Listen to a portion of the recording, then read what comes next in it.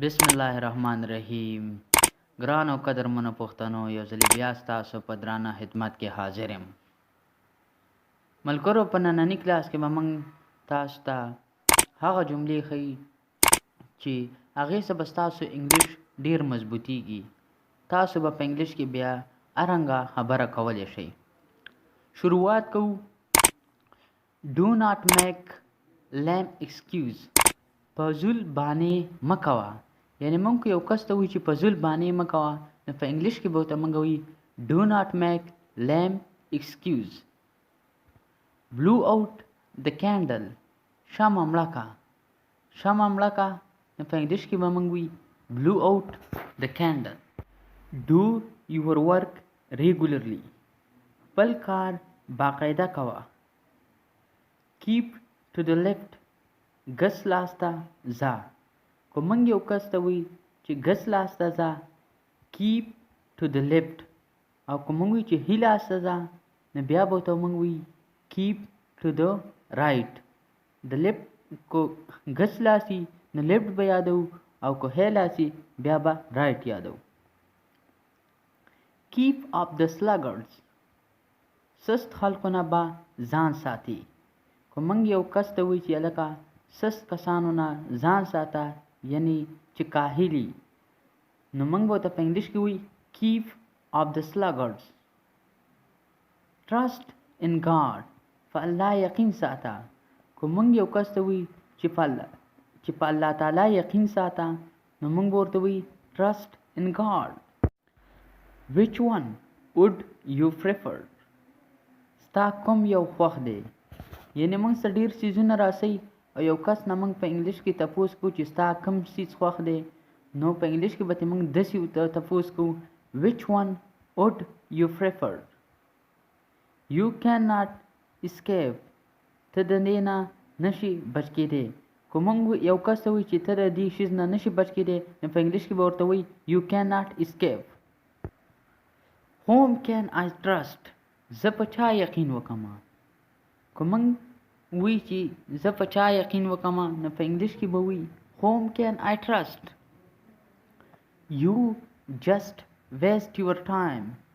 ته هسې خپل وخت ضایع کوي. که موږ یو کس ته وی چې ته هسې خپل وخت ضایع کوي، نو په انګلیش کې به ورته موږ وی you just waste your time. do not get into this mess. په دې چکر کې مزه، یا موږ په پښتو کې وایي په دې ټالونو مه ځانګه، نو په انګلیش کې به موږ وایي do not get into this mess. I don't know where he is. ما ته پته نشته چې هغه کوم ځای کې دی.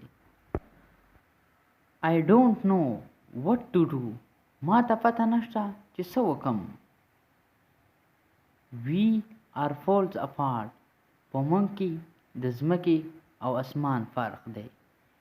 یا چې په یو شیز کې د ځمکې او د اسمان فرق وي، نو موږ به هغې ته وایو falls apart. put on your cap. خپله ټوپۍ په سر کا. put on your shoes. خپل بوټان واغونده. live within your means. په خپل حیثیت کې اوسېږه. put on your new dress. خپلې نوې جامې واغونده. که موږ یو کس ته وایو چې خپلې نوې جامې واغونده، نو په انګلیش کې به ورته وایو put on your new dress. I will think over this matter. زه به په دې معامله سوچ وکړم، یا به زه په دې یو خبره باندې سوچ وکړم، نو په انګلیش کې به وي I will think over this matter. If he work hard, he would pass. که هغه مهنت کوله نو کامیاب شوی به وي.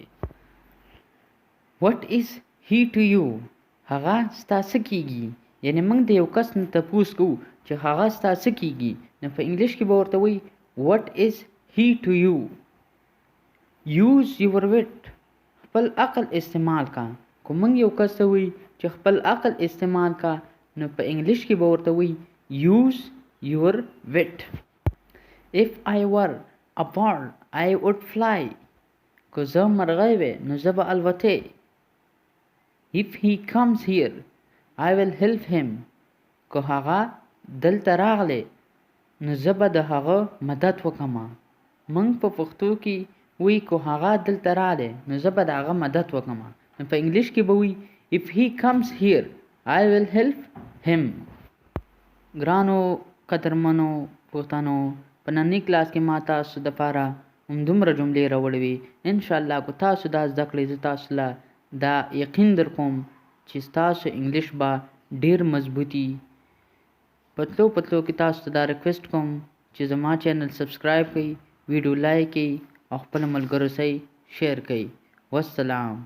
انشاءالله بل نوي کلاس کې به ملاویږو.